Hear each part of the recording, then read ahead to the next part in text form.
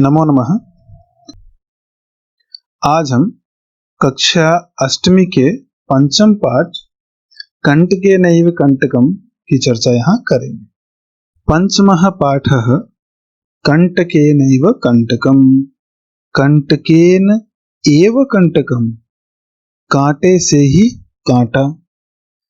आखिर पाठ का नाम कांटे से ही कांटा ऐसा क्यों रखा गया? हिंदी में आप लोगों ने सुना होगा कि कांटे से ही कांटा निकाला जा सकता, अर्थात जैसे को तैसा। इसे इंग्लिश में कहा जाता है टिट फॉर टैट। तो कंटकेनैव कंटकम अर्थात कांटे से ही कांटा निकाला जाता है, अर्थात जैसे को तैसा। चलिए पाठ का परिचय पढ़ते हैं। मध्य प्रदेश के डिंडोरी जिले में परधानों के बीच, परधान वहां के निवासी हैं, उनके बीच प्रचलित एक लोक कथा है। लोक कथा अर्थात लोगों के द्वारा कही गई कथा। यह पंचतंत्र की शैली में रचित है। पंचतंत्र जिसकी रचना विष्णु शर्मा जी ने की थी, इसमें पशु पक्षियों की कहानियां थी। उसी शैली पर अर्थात इस कहानी में भी पशु पक्षी इत्यादि को ही सम्मिलित किया गया है। तो यह पंचतंत्र की शैली में रचित है। इस कथा में यह स्पष्ट किया गया है कि संकट में चतुराई एवं प्रत्युत्पन्न मतित्व से बाहर निकला जा सकता है। प्रत्युत्पन्न मतित्व मतलब कि उस समय आपको क्या करना है, अचानक से समस्या आ जाने पर घबराना नहीं है, तुरंत जो आपकी बुद्धि जो फैसला लेती है और सही फैसला लेती है उसे कहा जाता है प्रत्युत्पन्न मतित्व, अर्थात सही समय पर सही फैसला लेने वाली बुद्धि। तो इस प्रकार की बुद्धि के द्वारा, प्रत्युत्पन्न मतित्व के द्वारा उस संकट से बाहर निकला जा सकता है। चलिए पहले पाठ को पढ़ेंगे कि किस प्रकार से इसे पढ़ा जाएगा। आसीत कश्चित चंचलो नाम व्याधः, पक्षी मृगादीनां ग्रहणेन सह स्वीयां जीविकां निर्वाहयति स्म। एकदा सः वने जालं विस्तीर्य गृहम् आगतवान्। अन्यस्मिन् दिवसे प्रातः काले यदा चंचलः वनं गतवान् तदा सः दृष्टवान् यत् तेन विस्तारिते जाले दौर्भाग्यात् एकः व्याघ्रः बद्धः आसीत्। सो अचिन्तयत् व्याघ्रः मां खादिष्यति, अतएव पलायनं करणीयम्। व्याघ्रः न्यवेदयत्, भो मानव कल्याणं भवतु ते, यदि त्वं मां मोचयिष्यसि तर्हि अहं त्वां न हनिष्यामि। तदा सः व्याधः व्याघ्रं जालात् बहिः निरसारयत्। व्याघ्रः क्लान्तः आसीत्। सोऽवदत्, भो मानव पिपासुः अहम्, नद्याः जलमानीय मम पिपासां शमय। व्याघ्रः जलं पीत्वा पुनः व्याधम् अवदत्, शमय मे पिपासा, साम्प्रतं बुभुक्षितोऽस्मि, इदानीम् अहं त्वां खादिष्यामि। चंचलः उक्तवान्, अहं त्वत्कृते धर्मम् आचरितवान्, त्वया मिथ्या भणितं, त्वं मां खादितुम् इच्छसि।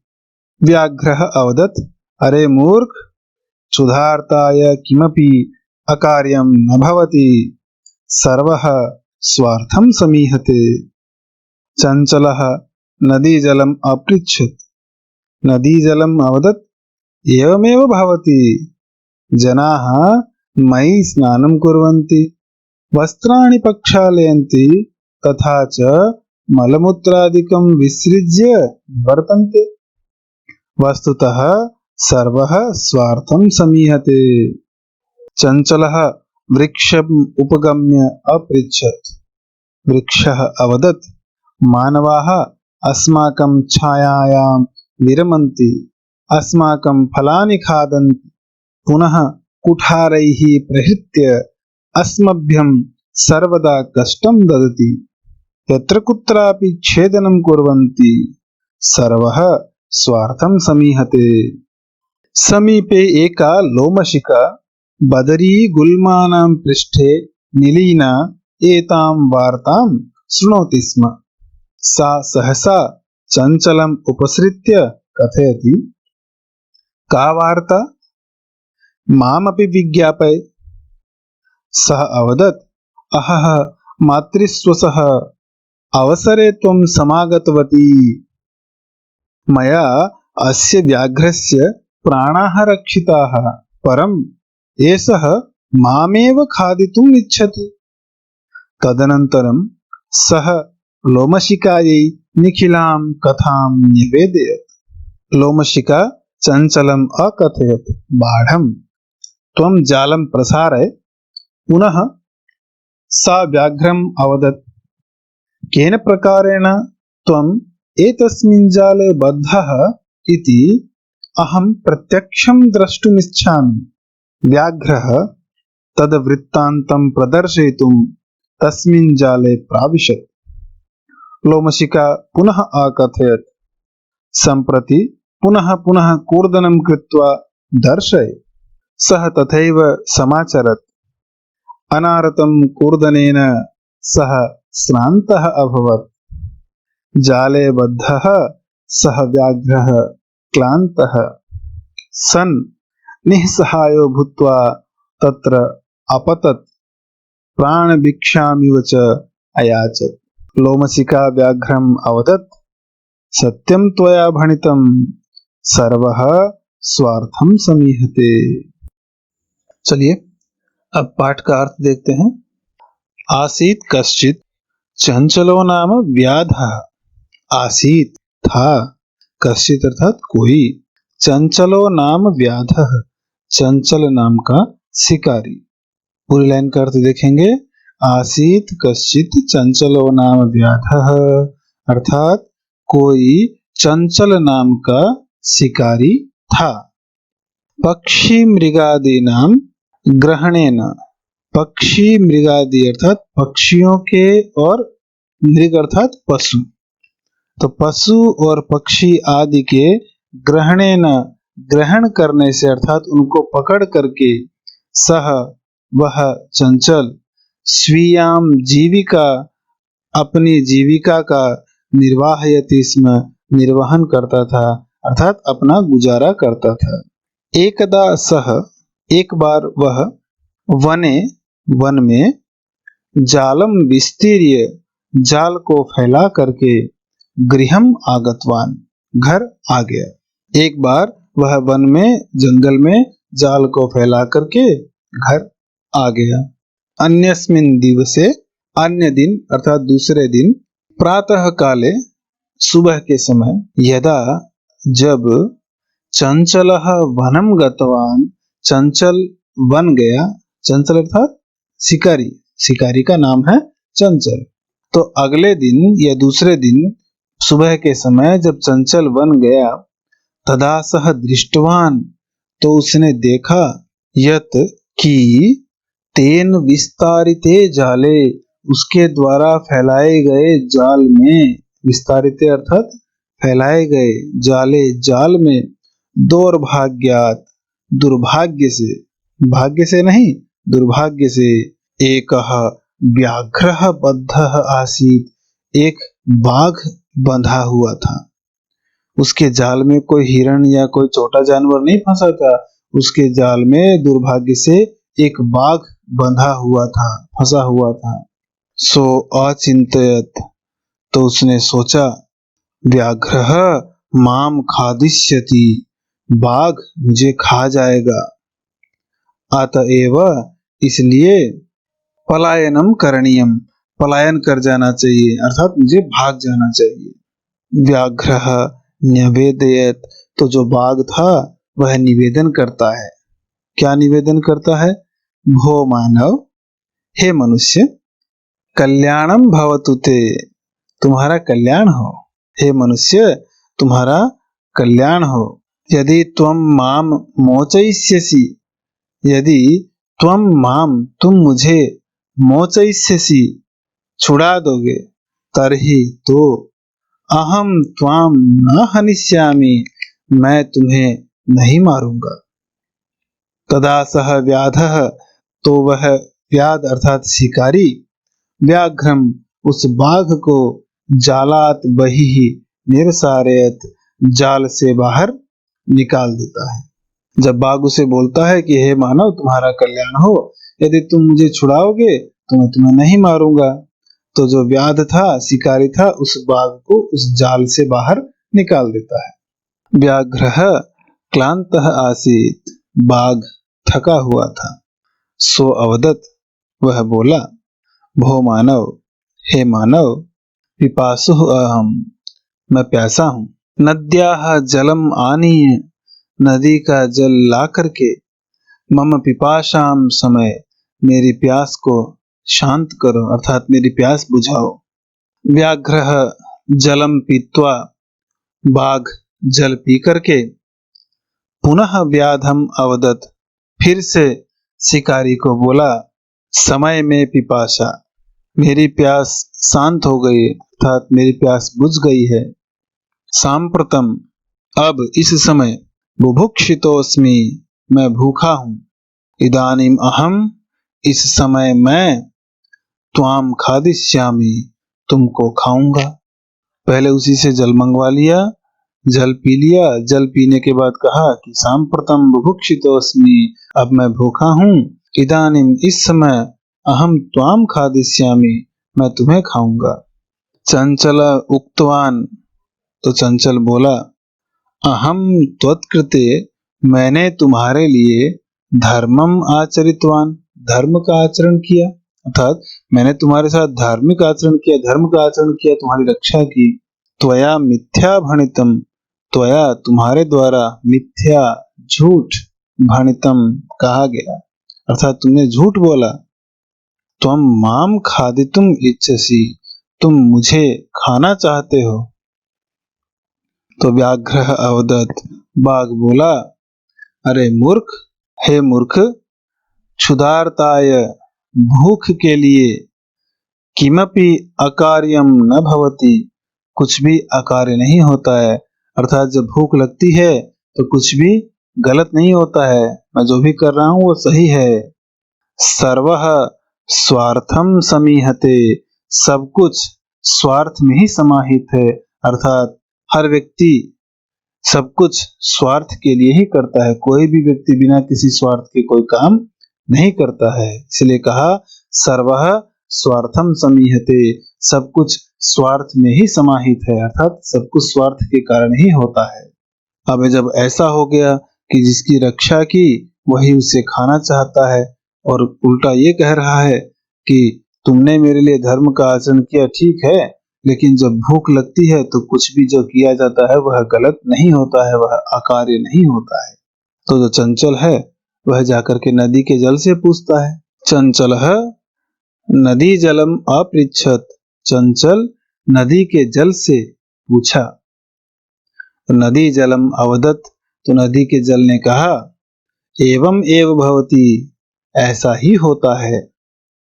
जनाः, लोग, मयि स्नानम कुर्वन्ति, मेरे में स्नान करते हैं। वस्त्राणि प्रक्षालयन्ति, कपड़ों को धोते हैं, प्रक्षालन अर्थात धोना। तथा च, और मलमूत्रादिकम, मल मूत्र इत्यादि, विसृज्य, विसर्जन करके, निवर्तन्ते, चले जाते हैं। अर्थात नदी के जल ने कहा कि ऐसा ही होता है, लोग मेरे में ही स्नान करते हैं, मेरे में ही अपने कपड़ों को धोते हैं, फिर भी मलमूत्र इत्यादि छोड़ करके निकल जाते हैं, डाल करके चले जाते हैं। वस्तुतः सर्वः स्वार्थम समीहते, वास्तविक रूप से ये सही है कि सब कुछ स्वार्थ में ही समाहित है। इस प्रकार के मनुष्य भी स्वार्थी है, उसी जल को काम में लेता है, अंत में उसी जल में अपना मलमूत्र इत्यादि छोड़ करके चला जाता है। तो नदी के जल ने भी कहा कि हाँ बात तो सही है कि सब कुछ स्वार्थ में ही समाहित है, हर आदमी जो भी करता है स्वार्थ के कारण ही करता है। चंचलः वृक्षम उपगम्य अपृच्छत, चंचल वृक्ष के पास जाकर के, उपगम्य अर्थात पास जाकर के, अपृच्छत पूछा। तो वृक्षः अवदत्, पेड़ बोला, मानवाः, मानव अर्थात मनुष्य, अस्माकं छायायां विरमन्ति, हमारी छाया में विश्राम करते हैं। अस्माकं फलानि खादन्ति, हमारे फल खाते हैं। पुनः फिर भी कुठारैः, कुल्हाड़ी के द्वारा, प्रहृत्य प्रहार करके, अस्मभ्यं, हम सभी को, सर्वदा कष्टम ददति, हमेशा कष्ट ही देते हैं। तो वृक्ष ने क्या कहा कि मानव जो है, मनुष्य हमारी ही छाया में विश्राम करते हैं, हमारे ही फल खाते हैं, फिर भी कुल्हाड़ी से प्रहार करके हम सब पर हमेशा हमें कष्ट देते हैं। यत्र कुत्रापि, जहां कहीं भी, छेदनम कुर्वन्ति, छेदन कर देते हैं अर्थात काट देते हैं, जहां कहीं भी मन करता है काट देते हैं। इसलिए सर्वः स्वार्थम समीहते, सब कुछ स्वार्थ में ही समाहित है, अर्थात हर कार्य स्वार्थ के लिए ही किया जाता है। ये बात बिल्कुल सही है। समीपे एका लोमशिका, पास में एक लोमड़ी, लोमशिका अर्थात लोमड़ी। बदरी गुल्मानाम पृष्ठे, बेर की झाड़ियों के पीछे। बदरी गुल्मानाम, गुल्म अर्थात झाड़ी, बदरी अर्थात बेर। बेर की झाड़ियों के पीछे, नीलीना, छुपी हुई, एताम वार्ताम शृणोति स्म, इस सभी बातों को, इन सभी वार्ता को सुन रही थी। सा, वह, सहसा, अचानक, चंचलम उपसृत्य, चंचल के पास पहुंचकर, कथयति, कहती है। कौन कहती है? लोमशिका। का वार्ता, क्या बात है? माम अपि विज्ञापय, मुझे भी बताओ। सह अवदत्, तो वह बोला, चंचल बोला, अहह मातृस्वसः, ओहो मौसी जी, अवसरे त्वं समागतवती, तुम अवसरे समागतवती, एकदम सही समय पर आई हो। मया, मेरे द्वारा, अस्य व्याघ्रस्य, इस बाघ के, प्राणाः रक्षिताः, प्राणों की रक्षा की गई।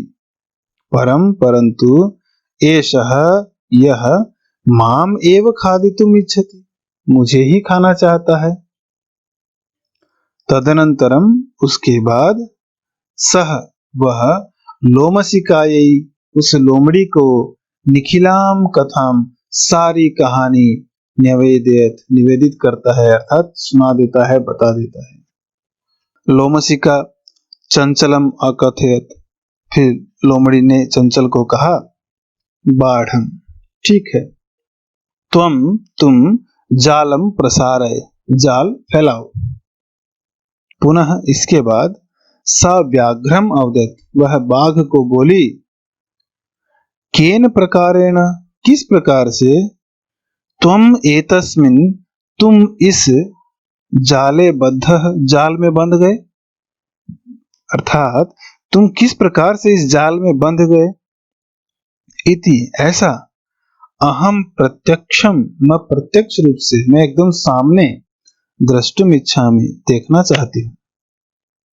व्याघ्रः तद वृत्तांतम प्रदर्शयितुम, व्याघ्रः अर्थात बाघ, तद वृत्तांतम, उस सारी वृत्तांत को, सारी कहानी को, प्रदर्शयितुम, दिखाने के लिए, तस्मिन् जाले प्राविशत, उस जाल में प्रवेश करता है, अर्थात वह जाल में घुस जाता है। लोमड़ी ने कहा, भाई तुम इस जाल में कैसे घुसे, ये मैं प्रत्यक्ष देखना चाहती हूँ, सामने देखना चाहती हूँ।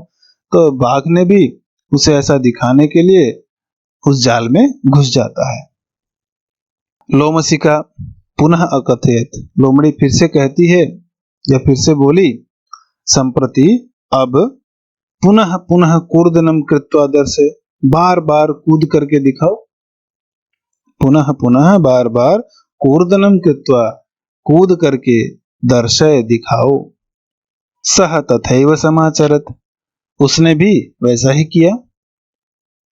अनारतम कूर्दनेन, लगातार कूदने से, अनारतम अर्थात लगातार, कूर्दनेन, कूदने से, सह श्रान्तः अभवत, वह थक गया।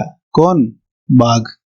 बार बार लगातार कूदने से वह बाघ जो है थक गया। जाले बद्धः, जाल में बंधा हुआ, सह व्याघ्रः क्लान्तः, वह जो बाघ था वह क्लांत हो गया, थक करके चूर हो गया। जाले बद्धः सह व्याघ्रः, जाल में बंधा हुआ वह बाघ, क्लान्तः सन, थक करके, निस्सहायो भूत्वा, निसहाय होकर के, तत्र अपतत, वहां गिर पड़ा, प्राण भिक्षाम इव, और प्राणों की भिक्षा, च अयाचत, मांगने लगा। बार बार कूदने से वह थक चुका था और जाल में बंधा हुआ जो बाघ था थक करके निस्सहाय होकर के वहां गिर गया और अपने प्राणों की भीख मांगने लगा। तो लोमशिका व्याघ्रम अवदत्, तो लोमड़ी ने बाघ को कहा, क्या कहा? सत्यम त्वया भणितम, कि तुमने सही कहा था। क्या कहा था? सर्वः स्वार्थम समीहते, सब कुछ स्वार्थ में ही समाहित होता है, अर्थात व्यक्ति जो भी करता है स्वार्थ के कारण ही करता है। उसके कहने का मतलब ये था कि तुमने अपने स्वार्थ के लिए उसे खाना चाहा और अब हमने भी इसके प्राण बचाने के लिए तुम्हें फिर से जाल में फंसा दिया। तो बात तो सही है कि सर्वः स्वार्थम समीहते। इस प्रकार से जिस व्यक्ति ने उसके साथ में छल किया उसको फिर से छल के द्वारा ही हराया गया। तो जो व्यक्ति जैसा करता है वैसा ही उसे फल मिलता है। यही इस पाठ का नाम था कंटकेनैव कंटकम, अर्थात कांटे से ही कांटा निकाला जाता है।